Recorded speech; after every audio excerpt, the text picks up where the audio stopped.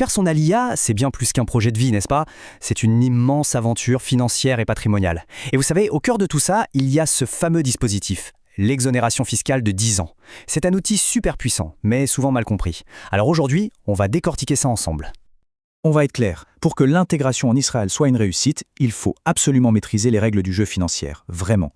Si on ignore cet aspect, ça peut coûter très très cher. L'idée, c'est de transformer ce qui peut paraître comme un casse-tête fiscal en un véritable atout pour s'installer sereinement. 10 ans, c'est un peu le cadeau de bienvenue fiscal qu'Israël vous offre. C'est une période géniale, mais attention, ce n'est pas une immunité totale, loin de là. Les règles sont très précises, et c'est crucial de bien les comprendre pour en profiter à fond sans se prendre les pieds dans le tapis plus tard. Alors, pour y voir plus clair, voilà le programme.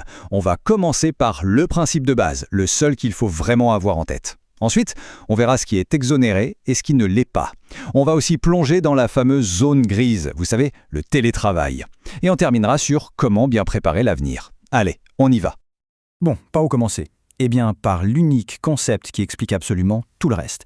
Si on comprend cette seule et unique idée, tout devient limpide, tout devient logique. Et cette idée, c'est la notion de source du revenu. Et là, voilà la règle d'or. La source, ce n'est pas d'où vient l'argent, ce n'est pas la nationalité de l'employeur ou du client. Non, c'est l'endroit, la localisation géographique où le travail est physiquement fait, ou alors l'endroit où se trouve l'actif qui génère le revenu. C'est vraiment ça, le cœur du réacteur. Et donc ce principe, il divise le monde en deux univers bien distincts. D'un côté, on a les revenus de source étrangère. Ça, en principe, c'est exonéré. De l'autre côté, les revenus de source israélienne. Ça, c'est imposable, et ce, dès le premier jour. Toute la stratégie, pendant ces 10 ans, va tourner autour de cette séparation. Ok, alors plongeons tout de suite dans le premier monde, celui des revenus qui sont exonérés d'impôts. Qu'est-ce qui rentre concrètement dans cette catégorie de sources étrangères? Voilà le gros de l'avantage. Pendant ces 10 ans, tous les revenus passifs qui sont générés par des actifs situés hors d'Israël sont totalement exonérés. Ça veut dire quoi? Les loyers d'un appart à l'étranger, les dividendes d'actions de boîtes comme Apple ou LVMH, les intérêts de comptes en banque étrangers ou même des droits d'auteur de sources étrangères. Pour que ce soit limpide, prenons un exemple tout bête. Un appartement à Paris qui rapporte des loyers tous les mois, eh bien pendant 10 ans, ces revenus ne sont tout simplement pas imposables en Israël. Zéro déclaration, zéro taxe dessus. C'est aussi simple que ça. Mais ce n'est pas tout. Sont aussi exonérés les revenus d'un travail, d'une activité pro, mais là, attention, il y a une condition super stricte et pas du tout négociable. Il faut que le travail soit fait physiquement en dehors d'Israël. Pareil pour les plus-values quand on vend un bien immobilier ou des actions à l'étranger. Pas de taxes en Israël. Et le super bonus administratif, on est dispensé de déclarer tous ses revenus et ses actifs étrangers. C'est énorme. Passons maintenant au deuxième monde, celui des revenus qui sont imposables. Parce que l'erreur la plus fréquente, et franchement la plus dangereuse, c'est de croire que l'ALIA, c'est 10 ans d'immunité fiscale totale. C'est absolument faux. Voilà, ça c'est le point à graver dans le marbre. Dès la seconde où l'on devient résident fiscal israélien, chaque shekel de revenu qui est généré en Israël est soumis à l'impôt israélien, au bitoua leumi, à la taxe sur la santé, et il n'y a aucune, mais alors aucune exception à cette règle. Et ce tableau le montre très bien. Que ce soit un salaire versé par une boîte israélienne, des factures en tant qu'indépendant pour des clients qui sont en Israël, les loyers d'un appartement à Tel Aviv, ou même la plus-value sur la vente d'actions d'une société israélienne, tout ça, c'est de la source israélienne. Et donc, c'est imposable. Bon, on arrive maintenant au sujet qui fâche, le point le plus sensible, celui qui est la source de presque toutes les confusions et les erreurs qui coûtent cher, le fameux cas du télétravail, quand on travaille depuis son salon en Israël, mais pour un client ou un employeur qui est à l'étranger. C'est la question que tout le monde se pose.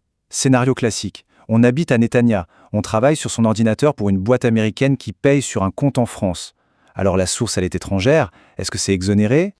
Alors là, la réponse du fisc israélien est, d'une clarté de cristal. Il n'y a aucune ambiguïté. Leur raisonnement est hyper simple. Première question, où est-ce que le travail est physiquement réalisé?